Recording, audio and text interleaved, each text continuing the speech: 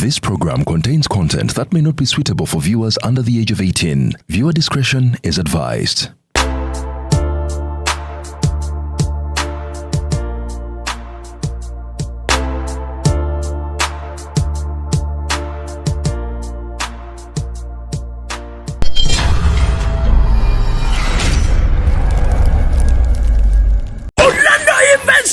Limited to Sakoa. Nakongola in the dance Mundamuli.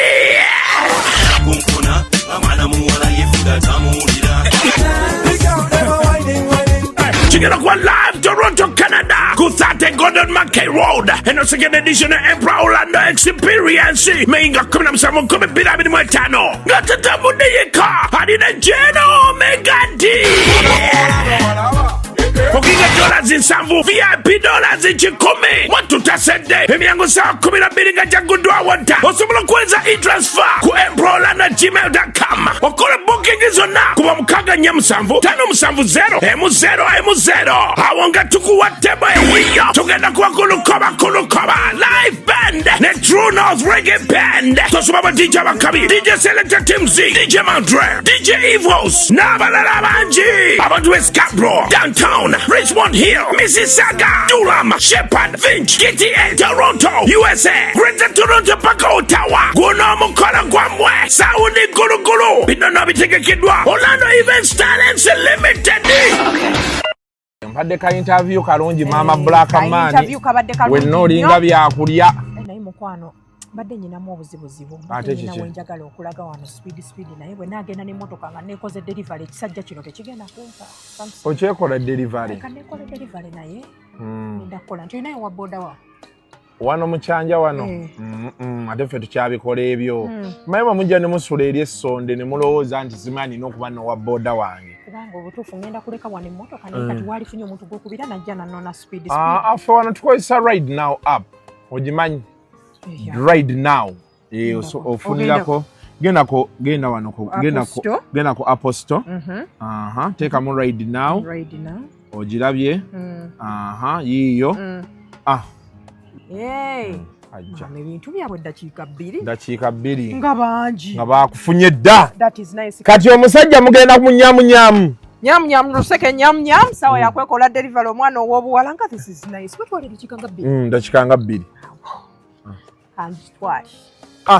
kati owa boda wo wuuno mama nga yangu yazze mangu anti gye bayita ride now owaayo omukyalo ono nedda mukwano otuula mabega mwamanyire okugiraba oti muwereyo erumenti yiino oyambale saagala okube mutwe wansi omutwe mwaye gwe gutambuza food for the soul ansooke ngitwale ku delivery mukwano tugende boosi omutuusa bulungi eyo ngambako ng'otuuse ekyo kye bayita ride now let's ride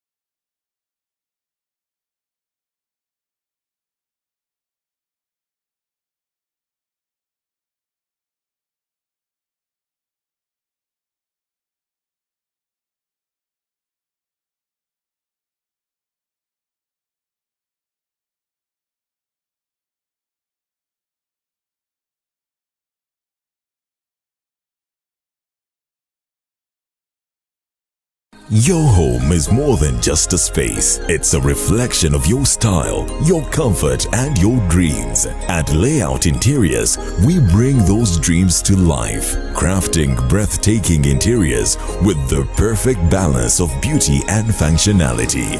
From indoor elegance to outdoor charm, we provide premium furniture pieces tailored to your taste. And because detail matters, our Deco collection features exquisite artwork, vases, plants, lighting, and storage solutions to complete your perfect space. Plus, with our exclusive fiber pots, we ensure lasting quality and timeless designs for modern living. Transform your home with Layout Interiors, the interiors of tomorrow.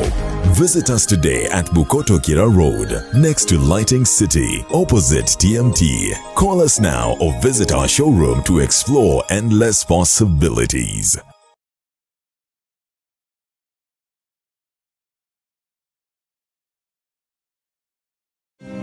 Is ordering your stock from China, Turkey, and Dubai stressing you so much?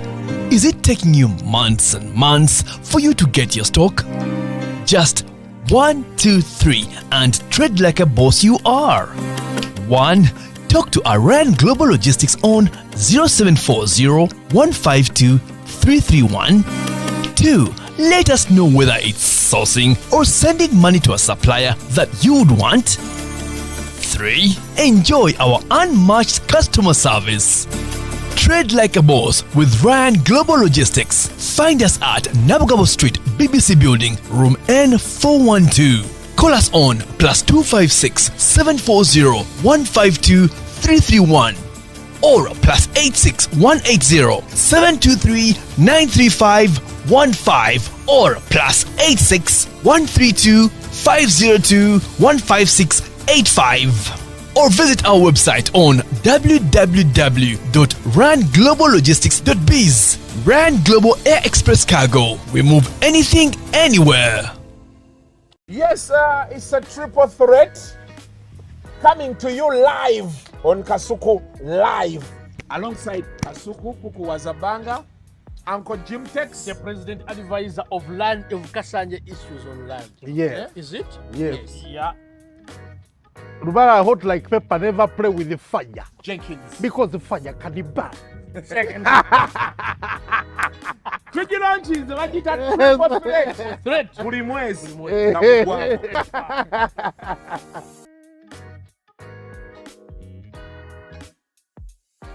Welcome to yet another edition of Kasuku Live. Eno gye bayita triple threat. Twagituma triple threat. Okuva lwe twagituma triple threat. Omukulu Roni namugamba. Kolayo ka artwork okatuwe. Ne guno gwaka. Obutayagaliza buli ku muvubuka oyo.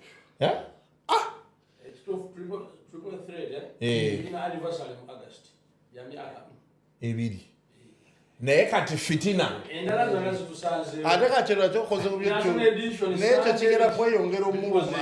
Ebyo bitusanze. Myaka ebiri. Okay. Kansubire nti batula muri bulungi. Njagala kusooka kubategeeza ennaku zino nina gigi yange ya Electoral Commission. Bali ku voter verification exercise. Egenda mu maaso. Kyemmanyi nti eggalawo olunaku lwaleero. So nsuubira okuba nti mugenda okukeberera enkalala z'abalonzi ezo. Ku polling station we weewandiisiza w'oba olaga osobola okukakasa nti kweri gwe wennyini gwe ali mu bitabo bye bayina. Tukooye okuwulira nti ate nagenza okukebera erinnya lyange teririimu. Ate nagenza ogirabe nti nga kino kibadde beekiti. So go check your details or make sure nti gwalimu ate tusobola okulaba ekintu bwe kitwala mu maaso.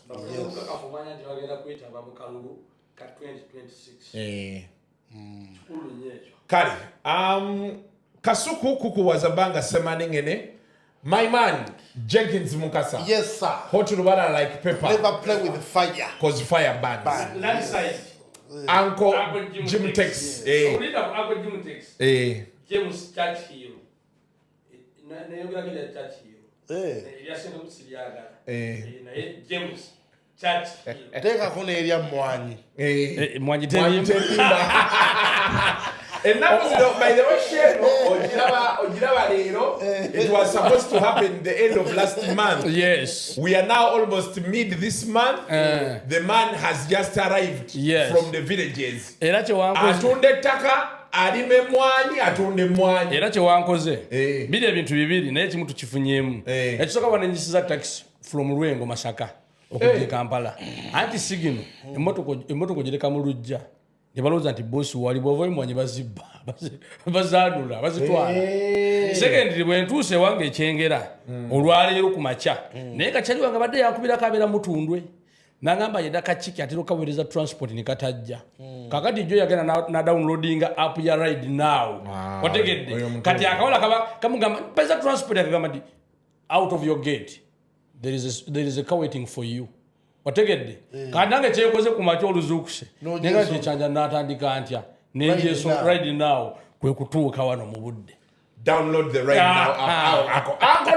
Kati anko tuwagidde kyabula kino Mukasa yangambye eggulu naye anko anaatuwaayo ku nkalu. After season ngenda omanyi kati emirimu gye nayingiramu byebiri byogamba emirimu gy'abanaku naye nga gireeta ssente mizibu nnyo.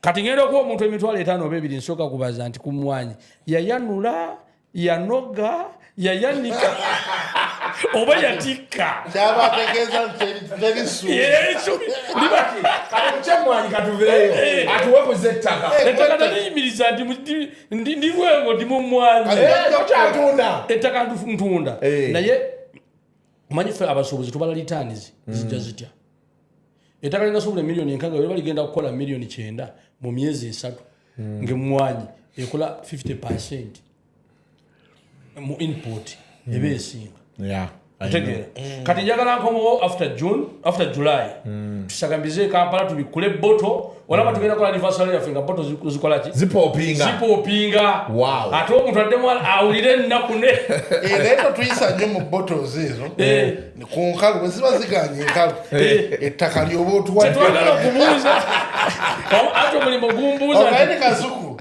atano ku kikumiyo ennakawuka ku mazzi myaka 2 kubanga ettaka tulitaddeko ettafaali tulanze ettaka abantu ne bakubirako jimu taxi abantu bafudde Netherland waliwo ayakubira Shalom n'akubira gwe ne bampa essente bambi era mu muntu utte mu mmwanyi naye tujja kukikola ne Shalom waliwo yamuwa ettaka eyo ennakawuka yamuwa buwi yamuwa naye nga ova ennakawuka ku luno oluguudo tulati oluguudo tugamba lubi aye ne weeyongereyo munda kilomita nga 4 okakasa asindikire ku block number ye ne plot number nangamba bwana Kasuku wano yabadde ayagalako yamuga nkuwadde mu kifo ky'okusasula miliyoni 3 sasula 15 teyamuwa nangamba bwana Kasuku afa kyono kuba nakawuka kale oluguudo bagenda ddukula anti ye yali amanyi kyoba ye abantu bo kabeera agakalanga mukaseewuwo oli abeera aga nti that way luli luguudo okkirirako kati ni wano ng'oli wuwe naye omuntu okuva wano ku luguudo ku bubi bw'oluguudo ate weeyongereyo kilomita 4 munda okitegeera oba ekitegeeza nga eyo kisiko alina musasuza miliyoni 15 namusasuza miliyoni 15 taziwayo oyo aba yamuwa abantu balekerawo okwagala ebyemmunye oli bw'obaagera okuguza ettaka kati ettaka nakawuka ligenda ku sente mmeka kati po tuli ku miliyoni 15 ezitali za kyapa miliyoni 20 eka tuli ku miliyoni 7.65 kati aba kati ate aba yasevinze eki woli babakugambye nti etali kyapa 15 naye yamuwanako nga naffe tuli Kasanje buviruda erimba sendi tukyali mabegako kyana kyetuli mu kunoonya tunoonya bwe tuntebe okay naye nga anko Jim taxi sente okumanya azifunye engato yiyo Alexander McQueen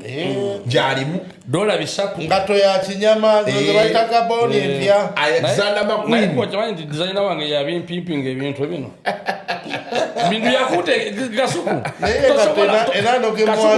kankubulire tosobola kumala weeks 2 mu kyalo nosobola ogenda kujja the next day kachinge apo nebiri e Kampala bwejja ko topino olaba nafunye burash ge mazigu mu kyalo olaba ne kala yakoze eki kati ndi wa black but kyempala nti in my 50 years nga nina ensawo ya sente kwentoola okweyagala wakyogera nogamba oba omuntu atya abaana bakasalamu oba atya naye noonya sente kiri very important kati kanyanike muwanyi abantu banda bajjanula mu kyalo musajja teekayo ensawo naye on my 50 njagala mbe nga ndi mukyalo obulamu olina okubaamu n'enkalo anyway Rest and Rhyme is happening on the 1st of June tujjawo ku hockey grounds line up eringa bwe yali Rest and Rhyme guno omulundi neesonga kulaba ono omwana eyayimba cheche bwe checheo tuse akafeche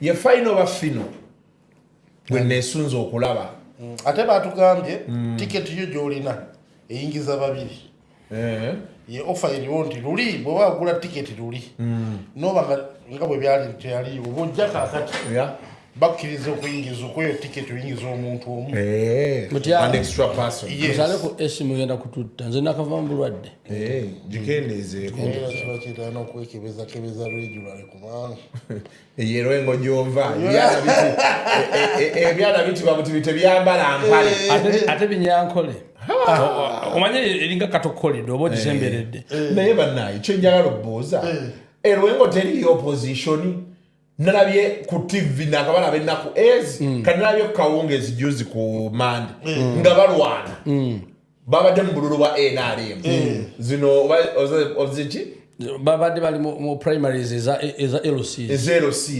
abantu nga balwana district number abalwana ba NRM bonna ba NRM ate yali opposition yali omuyeka yali ani omusajja ono Dr.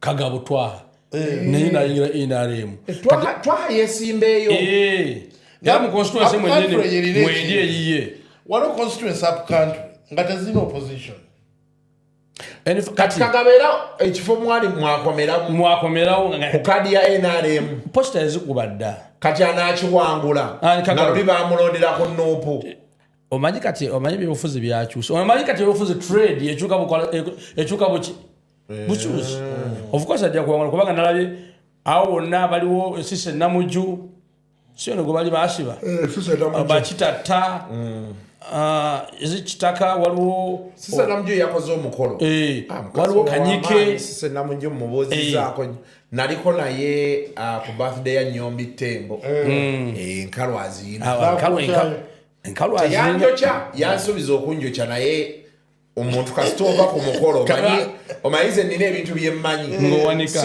nkusanze wano tolemezaamu gwe ŋŋamba nti kasuku onguddeko obugwi nina mwaga naye nze kasita omuntu aŋŋamba nti ate jangu mu ofiisi mbeera sijja kujja nzikiriza nti onyimye mu mutima muwulyewo ninawonalebe ennaku zino akikola shati sikuteesa kati ye akikolera ddala takuyita mu ofiisi awo wenyininyini wakugiramu ate naawe webali waggulu awe sembabule nawe akaluka bindabinda era nze namugamba ekintu eki nti siri mukwano gwa sodo nanzijamu tewali kirala nnyo nti akumikutungula banenga nti siri mukwano gwa sodo namulabe naye awaga naye shats anaakomawo sodo atulekemukko shats ajja kukoma sodo ze n'amaanyi sodo n'oli genoani Lwasande balabika ekintu bakikutte Lwasande si yalabisa musajja waffe andi sekikubo yatugamba nti wamuseveni takonkera kati bamukwata akabadiya nebamutwala ngaomubbi w'enkoko naye abo abantu besemba buli Museveni naye yabavaako kikiwabalaba ebintu byebeekola ku mukolo awo sekikubo omukolo gwakuteesa azze mabega mumwanga naye bwekankubuliregedetega omanye abasajja okimanyi ne pulezidenti yabasiibula yagenda bugenda yaleka sekikubo yejiba amatayi n'abasijukirite ne samukurizo n'asibula n'agenda nga tayogedde naye sekikubo omanyi ayagala nnyo omanyi eyo mawogola manyi kati mu Uganda abantu bafuna obwa pulezidenti bungi va kubona obwa lutalina obwaki naye bwe tugamba bwogera nti Samukuteesa oyo pulezidenti w'emawogola Museveni yabireeta omuntu wafunako ekitundu kye nga ye gavana wakyo nga yakifuga aba yoyo ate kati waliwo omulala in fact nayo constituency sodo ayagala kukolera kimawogola alefe tumanyi kubire muganda wesimu byabadde ayagala obakolera nga MOP abibakolere nga tali awo omuwala wakuteesa yalina ofuga shats yalina okubeerawo so si sodo kati sodo mutabani we ye CDF brother we ye president mulamu we ye first lady brother we mulala ye wowe the creation kakati ayagala we CDF abere wao Cesar we ye president naye tata we retired ya umula shots ibera wonyonyonya umugani chengeno kola mawogolawo ndi mukambo njo kati weka siku na kati nalinya nyimya ne kulale waggulu kati nene chintu njagala oboza go by the way tufunye omukisa goli musajja wa Mpuuga konna bamutwala kaguddeyo kakati zikankubulire omanyi bati nayita chachiiro omanyi mu Luganda tulina olugero lugamba nti nigoza dda kubire ngoma nokola ki nozina chachiiro yawangula bagiri president Makerere natula ni president abantu abo bamupininga abekibiira ekirimu bakitaabe kitaawe kamuzaala yenyini ne kitaawe omuto ekya Nuubu naye nga yawangula bagiridi nga tageze na kadi yaabwe ne batweetinga naga please omuntu nambanga temuli banzikirizaganya yemu mu byobufuzi but you can sit in one table and you talk. That was a message from Chachiiro. Agaka tunaize Chachiiro. Nze ako jimu teksi James Chachiiro. Nalaba nalaba omwana omuto ategeera kati oyo yeka agenda okusobola okutreatinga family y'abasentamu okutegeera ebyobufuzi kubanga kino ekintu kye bajjamu Bobo Wine bwe yagenda Makerere yasoma MDD teyasoma political science. Chachiiro akoze political science bino ebintu abimanyi.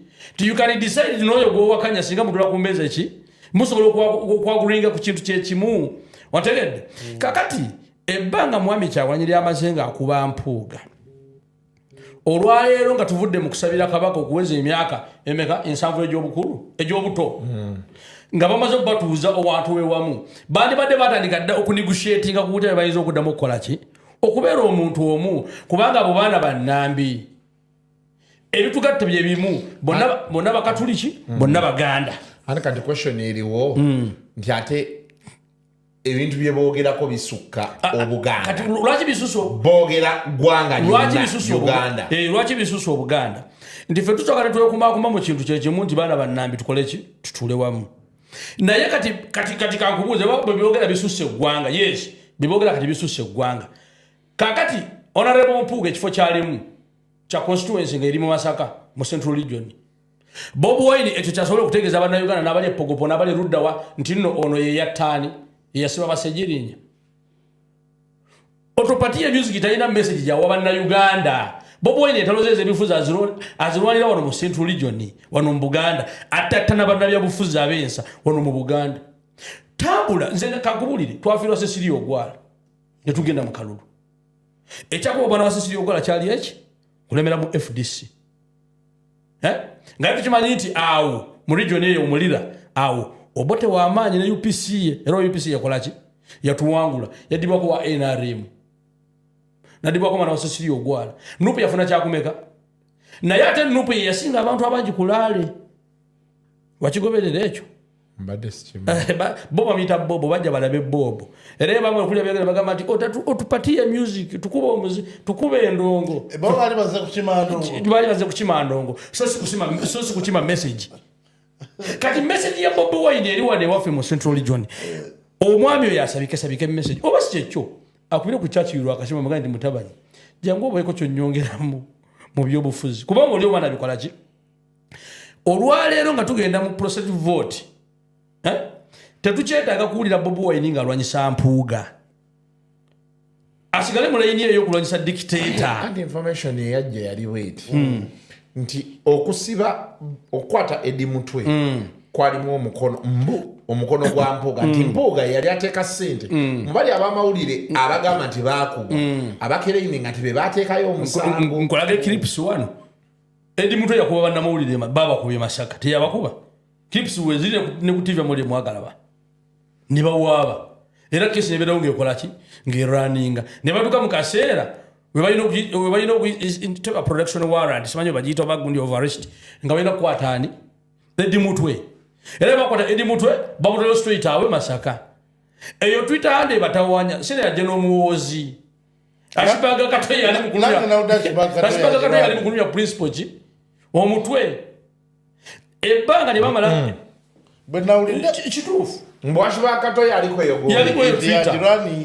yagiraninga kati ye je nomuhoza akyogerako ki aseka busesi metafaayo yaseka busesi kubanga yenga politics wabali yenga kati je nomuhoza yakola bwati yasoma politics wa opposition ate namala n'abayinga thinking capacity yaba opposition yaba nupu wategedde fontola bakona rebo namboze ng'agamba mu 70 tisera gy'okwota bweja mu parliament yamugamba ati mugamba you don't welcome in the new world wategedde kati bane ebyobufuzi by'okusaakaanya jeno mozi bodi free edi mutu nti amuyina ayigalunyankole what are you going to do nga ashibaga ya post kati yamuwozi bakati is it atulambuya nakuzino babira bagaseka awulia afighting edani kubera David bya AI okusala kebiremu sinoza nti jeno muhoza bimanyi nyebi beta kumuntu amanya ayi kadi kwe chogambo tebamusalako birevu tabiri mu mateeka gafa ne baba abisa birevu ko ebiri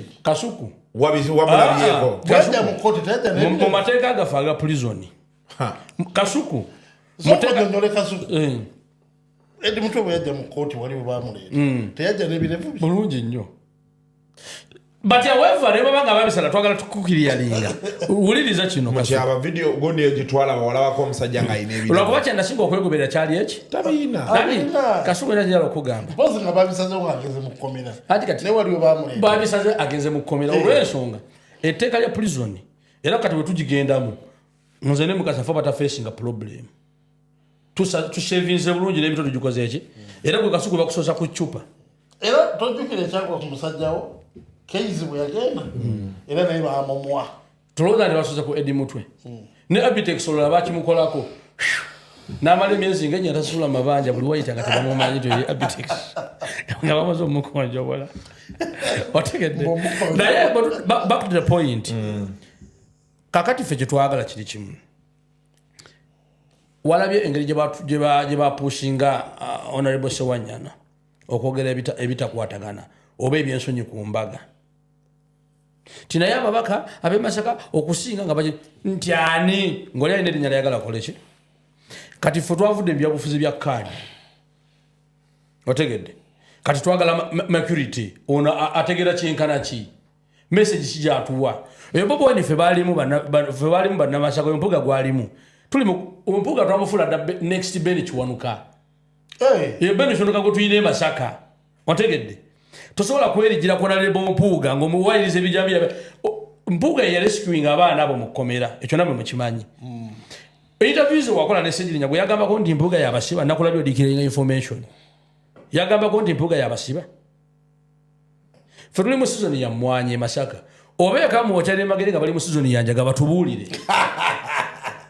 kuba kasuka nkubulire season ejoba mu kyoyimba twayogedde ebigambo biri nga sinaba kugamba mwani sinaba kugamba kuwanika na kwanula kati sizoni kyobamu yekuwa ekyokukola oba tuli mu sizoni yanjaga naye omukulu atukole ki naye aleete ayogere aweereze agende dictator yamuvaako ategeeze eggwanga biki byayagala tugenda mu kalulu akalimu okwekalakaasa akali tekalimu ebyomusango twabimanya ne bweyagujjayo nakutwala mu kooti y'abantu nakutereka mu nsawo tetwabalabako abantu n'alogotana emmere etamukwatako oyo twamumanya ekigambo kyagenda okusooka okwogera mu 2026 nga byabakama amaze okudikirayinga President Museveni kyekigenda omusuula and wetutuukira mu 2031 mpuga agenda okuba the most beloved what legislator honorable in Uganda politician in Uganda ekyo kimanyi kubanga abantu bagenda kumanya nti muno obusajja bwipokrichi abasajja bapika ki yes bana abantu bagenda kumanya nti muno obusajja kile kintu kyakulyamu era badde batuvuze akatambi akagamba tikakati ekitta bano omugaga tubba ku mpuga tabba ku Museveni mpuga kyeyali ayogera kyali agamba kyali kituufu tutekewo negotiations peaceful negotiations omukukyusa obukulembeze kubanga omuntu wakadde waba takyegulya ne Museveni gyo yakyogedde kyana kyenneeguya wategedde bulungi naye abajanga basindikiza dictator mubbi musu abantu kati bali ku muntu ki naye omwana waabwe gye yatuula naye n'akimala nagamba even my dad don't call me ani yakumwana wange inze kyakiiru yenyi tolenga neyita kyakiiru kyakiiru yakitereeza nagamba nemba temukkiriza mubyabufuzi byebimu naye musobola okutula nemukolaki now Jenkins Namukasa yakoze okukyala Namukasa wiiki eri yakoze okukyala weekend agenda mu kwanjula noma ekyagwa wiiki ewedde ati oli kyali oli yava mu America babasanga mu bbaala nga tudde Namukasa Namukasa yabyeganye yampereza message wano nangamba Jenkins we made peace wachi asigala anzijonkera omayiro akisalemezaamu nnyo kuba nina bwino osobola okukubira omukyala Namukasa teyagamba ko mukyala pepi bana maliza mukyala osobola n'okubira mumalirisa ebyammwe kati byo tebiza nti agenze kukyala so ffe tuba ne bwino anti omwami oli yava bulaya najja baba ina we batudde mukyala we nekifaananyi kibe ekyomukyala ng'amulinnya Kagera abasanga batudde Namukasa omusajja mufumbo kyagwedda Namukasa simanyi waki talina mukisa mu basajja batali bafumbo kyogamba nti Namukasa yanaaba Lweza baye akayimba kagundi aka Honorable Lutaaya Lweza abasajja bafumbo bamwettanira nnyo oba lwaki yatambule yagenze nino slogan yagamba nti I want to be the part of that family era shiba kamanyira akawala ako omukyala yali waliyo ekyaka n'omusajja pepi mumaliriza egamba ne mukyala wo n'okubira sawolekayitamu ayinani ku left ku kido ayinako moze Megatron gwayina wa musajja we Megatron yabeerawo mu mbeera yonna yemuko era mulabye weekend ebadde omwami nga waali sebo nga oyo mwala anywa milkshake ono yamuvaako anywa milkiwa milkshake gondi yabatwala out ntambi yakyogera ntambi yafuna sente amini yamocha tamunyoddawo okimanyi ntambi yaguze n'emmotoka ekyo kyansanyudde nnyo kubanga naye nga Namukasa n'awatali awo sebo kati anywa milkshake era takyanywa oneeri ekyo yakitadde yamuvuddeko oli okujoyisita so kati bangambye mpulidde baga nti saawa eno wetukolera ali mu kukyaza naye abantu beerabira abantu babanya emikolo gyetuuse kisitegedde abantu batini mutabani we basabye abantu batini ne mutabani we Kasuku abantu batono Namukasa bebamusabye siriimu n'atakuwadde okugamba obeerewo tabantu waliwo ekintu like Namukasa olaba ninga godfather wenze namuleta mu kwetondera nemuza kusirika Namukasa tuwangadde ffe mu bantu abatono bamusabye bamugambye nti ntegedeko mbu okukyala kwa leero olunaku lwakubiri okwanjula kwa lwakubeka oba omusajja wa Nuupu omuntu watampita ku mukolo mmanya anti ate oli yenanga wa Nuupu Namukasa wamma naye enensi Mukama yekka y'amanyi ffe tubeerawo wano naye Namukasa tukuyozayeza congratulations on such a milestone yalangiridde dda ku TikTok Uganda yagisiibudde agenda mu America kati byebyo byolaba byonna ebyo agala kuyitamu naye Namukasa ng'anoonyeza America anti rape yagenda naye America yasooka nagyononyeza mu asayiramu ngayita wali ku kitebe nze ekyendanga wanuupu nze mbadde ngamba oba yalitwongeddemu emyaka ng'esatu nazimba CV nezitowa bulungi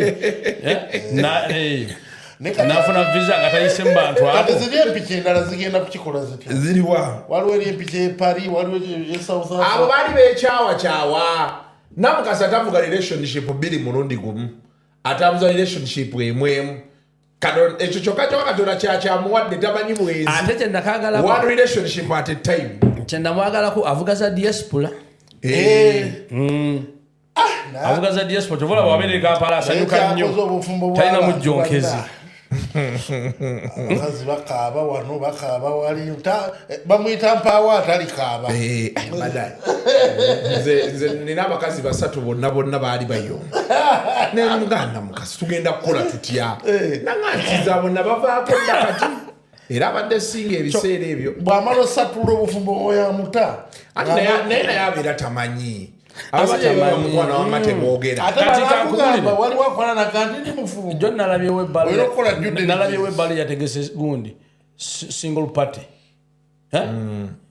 ngijjudde basajja bakulu ne mbabuuza mmwe mwena muli singo otegedde kati akakatiba ke bayitawo okulipira bana oliregeze singo okulipira abawala abato ne mbabuuza abasajja abenvi nammwe muli singo natemanya n'okumanya nti abawala nga Namukasa boga nti oli singo ate gwe takukwataga bagala nnyo abalinga egiti tagala nnyo omuntu ali awo nagale fwa ayagala oli amaye nti oli alina enkondo kwanaye kakati ate kasuku loza Namukasa gyatambulirayo baloni bonna tabalaba basinga nakyo kiina meaning olw'ensonga Namukasa ali age ki yagamba ali 27 kati omulenzi w'emyaka 3 tamusobola ayina kufuna 35 and above akati 35 obanga towasanga oba oyinako kizibu era nobuga nti bamutya bayitako bayite kati bamutya bano bafumbiddwa ebbanga ddene abo talina mutyaba talina naye tafumbirwa mutyaba alina mukazi we n'omwana naye kyenasinga omutyako kiri kimu ye musajja akola basidde 2 mu mwaka gumu simanyi oba igoro but bwe bwenakiraba emirundi eki naye tugenda mugundi tugenda mu akiika eyamutyaba ebeera akiika asalira mwana na mukazi mwana we omukyala tebamusalira mukyala tebamusalira naye yaŋŋambye tayagala kuwulira wadde ettondo ly'omukka outside catering delivery kati gwogenda kukola bwakulya kwololo ogenda olaba mukyala we naye yena kukola oda nga zaye zatera okukola nga tugenze ku food poison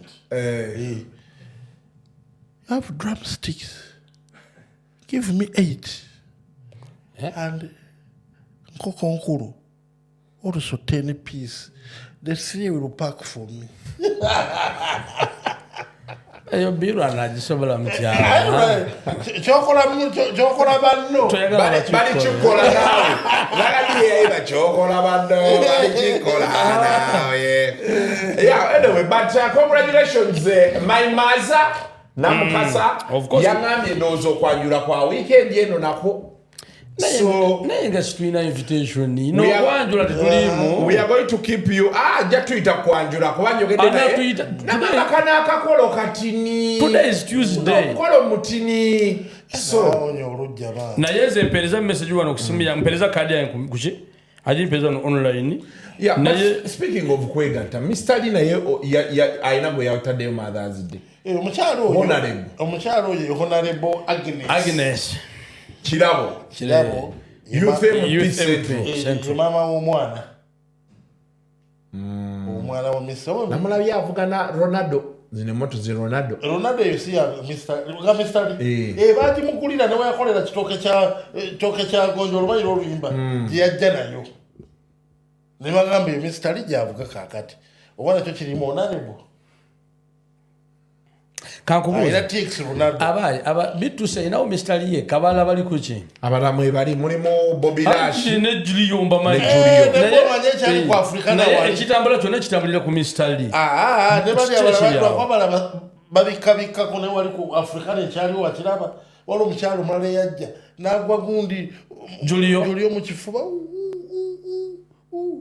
kati balina ekintu kye bakola oyinza obutategeera oli bwajja okuyozayoza bitusi our boy wetegereze nyo gwagwa mu kifuba oyo ye mwenye yabeera in charge our boys nabo babatumira ono gundi Bobby Lash n'agamba bakyala bamwe baffe mwenneeyo tubatumiddeko bakikola jumula naye wetegereza ajja bwajja ku stage ani gwagwa mu kifuba kati kirabo bwajja taswagwa mu Bobby Lash era inagwa mu Julio Mr. Lee n'oli omukyalo ogweri agwa mu Julio Mr. Lee oyo yali muntu waffe wano wananti wali noyo tuwulireho Masengere ava ku Masengere yali muntu waffe ku Serenaawo Atawo yabujjawa. Lockdown yonna. Yali mulinda deni. Nedda. Serenao. Sena waliwo anti linda deni. Gwe gwomanyi. Obona yatintinza. Naye in charge kati oyo n'abomba n'ayitamu. Gwe yali alimu yabomba. Yabomba n'ayitamu. Awo saamutegeera. Bw'ati ono mboze eyo kanjireke. Ojesonye. Kanjireke. Tutayagala kukolera abantu. Kakati Mr. Lee be bano P-Square be bayimbako. Baliwa. Tibizibadiye. Yakati kambuze. MC bamukoze batya. MC uwo mukolo wa concert. Ani nabatanze. Embozi ya nabatanze yo ne Mr. Lee. Anyway, sijinako bwino. Fatujinako bwino. I don't think it is true. I think it's a rumor that okay, maybe it was there in the past and they moved on. But I don't think nera nabatanze mulaba akyali nnyo mu kintu kya B2C. Era mulabye leero apostinze ye yanza abantu bonna abawagidde B2C ku Africana, abawagidde B2C Jinja. Yes. Ninda kulaba abeekaliro n'abeekayunga. Bakuba Africana mukono. No, Africana Jinja. Africana Jinja, Kayunga, Kaliro. Okay. Ingabe basa ndozale social media handle nabatanza aleka yaza updating kubona kuliko omusoga nga betanyire nyo Eastern ebivulu bisatu ndoza sente zikyali yeyo manyi waliwo ebifunga sente jezi nayo kubanga wamalwachi omuntu akola Kampala nadde Masaka Eastern siroza tibagera sokka wekalira ozabana kubambale soroti bareka bajja bazinzeekaawo omayikalira eyo hotspot ya yiganga either kuba kaliro bayiganga eri okuyongerayo siwaabwe ataye bajja kudda baddeeni wammwe Masaka ali Masaka olina kubanga wanyikiza Oluganda kyovola banga buli wa Eagles buli wa mala Serena buli wa mala Kampala luddawa naye Masaka eyo tekyaliyo nnyo ssente bali selective nnyo ku be bawagira bali selective ekyokutebayo nnyo ssente kyoboddewo naye eri selective nnyo ku be bakola ki gwe bawagira twala lutaayo olabe nata B2C bwegera ne kuba ku university in Embarara naye Embarara solo okujjuzaawo okay naye nga congratulations I think it's ekiraga nti kati omanyi waliwo emyaka gy'otuukamu nga 10 years 10 years later kati balina okumuvinga ku stage ekola ki but of course ne break up yaabwe kati eri closer than ebinda not nti bajja kayana nti oba nti bakayane but kati ogenda tuuka ono bafuula obufumbo fomo kati alina okubalansinga between work and marriage priorities zo zikyuka n'ebisigadde olina honorable bagenda mufuula minisita katonda bw'aya mwino nnoonya obululu bwe ng'okyayambala uniform bino bi fire base wuliriza babayise mugenze mu constituency omwezi mulamba muli ku one love eno babuuza banaye waliwo kasente nti ati tuline honorable ayitemu kati awo but anyway naturally it's a process they can hold on for as much. It is a process of life. You never know if following a curve. But I'm glad until at least they've been able to hold on for 10 years. Yeah. But I'm not sure we shall see 15. But Kampala boys, but at least they've done what they've done. Okay. Celebrating a 15. It will be natural causes.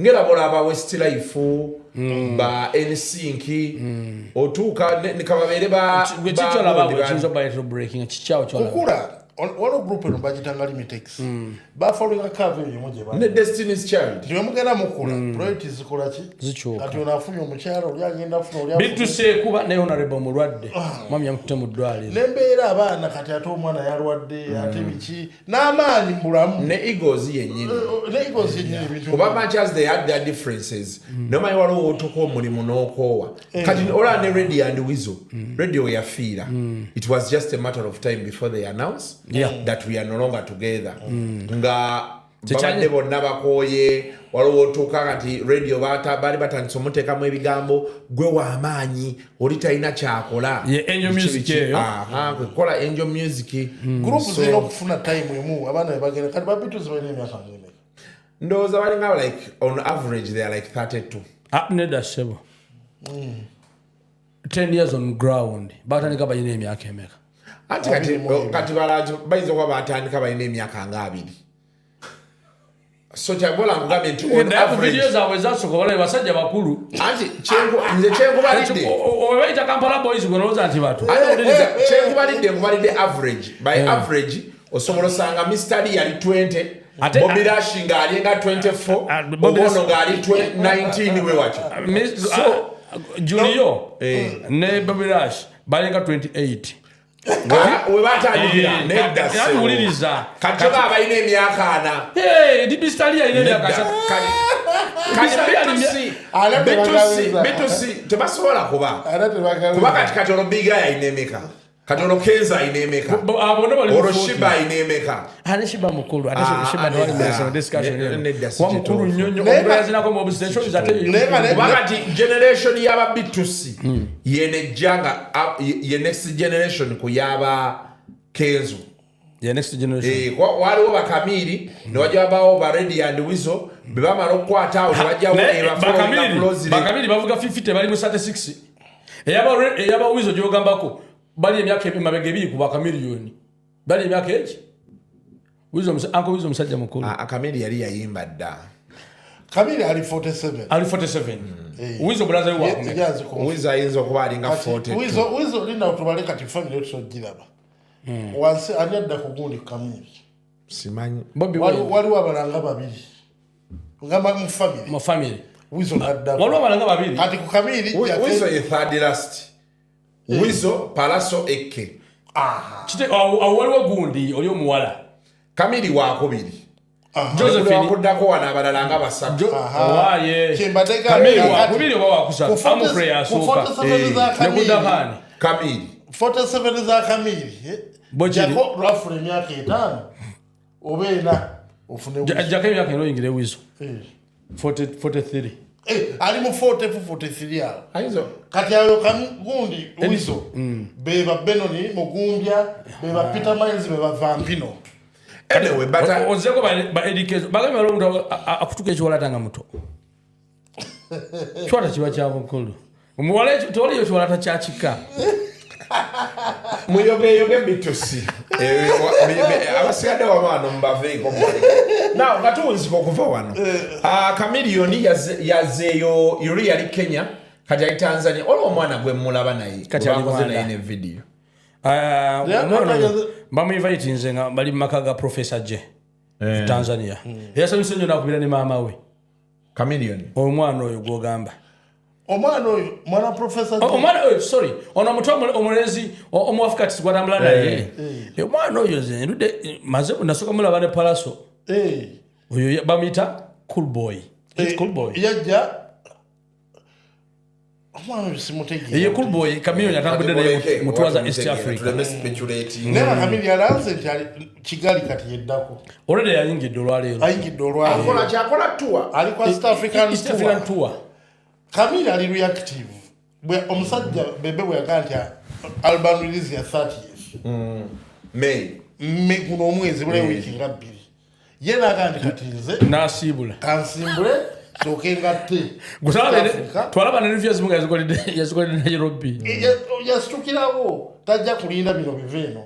Kuba bo bemanyi nti najja kuyitano kati mpita wano. So kati nze ndoza kyekiva mu nena uliddeko. Twalo n'omugagga agala oteeka mu Legend in Gold. Kigali. East Africa. East Africa agala kukola Nairobi, akole Dar es Salaam, akole Kigali. Bwe kina kisobose ne Kinshasa.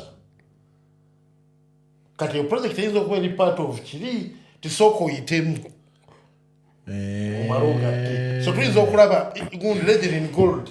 East Africa tour. Ngagenda kuba kikubye nnyo. Man, anti Chameleone alina enkola eringa ya 70 musota muto. Goli ndo mwana kwesimbeko wa miaka 38 mukube emiggo. Ategere nti bino ebitu byaze mazina gachi. Ganchima. Oliwe yalangira album ye 30 years. Me. Chameleone nabo medication. Era basole bali mu commending di review ena logera jiko luddawa Nairobi nashtuka. Kubanga njukira ndi mu position mwe bali. Oli East African number chi? Era finally Uganda number 1. Kati number 2 wechi watule. Atali mukulu chingachi. album nanti sijja kumuleka bebe kulu kanzije bebe kulu ina show this year in August tenaba kuba confirmed yali ajogede kono zakati focus ekyali ku album bwebe fuluminga asa naye yali agambye ajja kola concert ku Airstrip leka tulinde tulabe tunafuna formal communication ku ekyo so kati you just mind the big two naye kye nabadde kati bali bati era towe unyanga ne wali emagere yalo waliwo ekivudde wakayimba ate akafuna mwaka kubira ku lunaku lumu kati ate ne mbaamu gundi kati awo wakyaliwo music akyasobola okuvaawo wabula bannaye naye Jim Tex mbadde ngenda Jenkins naye ate gwe toyagalira ddala basajja bannaye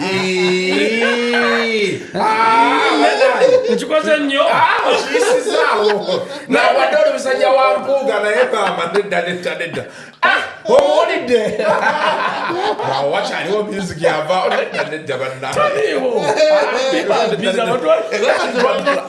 kutulaga nti avaawo bakunafuye wabeewavaawo tuyingire muleka concert tetugenda kusukawaawo olunaku lwaleero katulaye bwe tunanonyango Jim Tex omwezi nga gugwako ate tukomewo twegayegaye kati kyenzizaako wano budde kuyingira app yange oveewo nfulume right now kubanga akamotoka nakalisinka nga bateze ng'omugagga waali mbadde sigimanyi bewalanga osimudde oyo agenze Kampala kati bwokalekawaawo noyitaita mpolampola mu lusuku n'ofuna boda nenkuba wali embiri zinagidde ku taxi sebo okujja okukola sheeno kakati kyegenda okukola riding now ekuzeeyo ku baasi esooka enteeke owa Esther ku Joyster mpeweze ku mutima kawungezi nsindike balaba bakyali awo abakulaba otudde nga mwenyeyo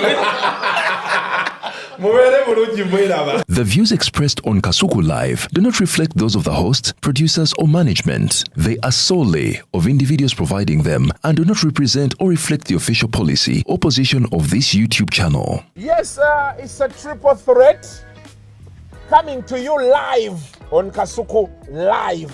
Alongside Kasuku, Kuku Wazabanga, Uncle Jim Tex, the president advisor of land of Kasanje issues on land. Yeah. Is it? Yes. Yeah. Rubara hot like pepper, never play with the fire. Jenkins. Because the fire can be bad. Second. Vigilantes, threat. Threat. Buli mwezi.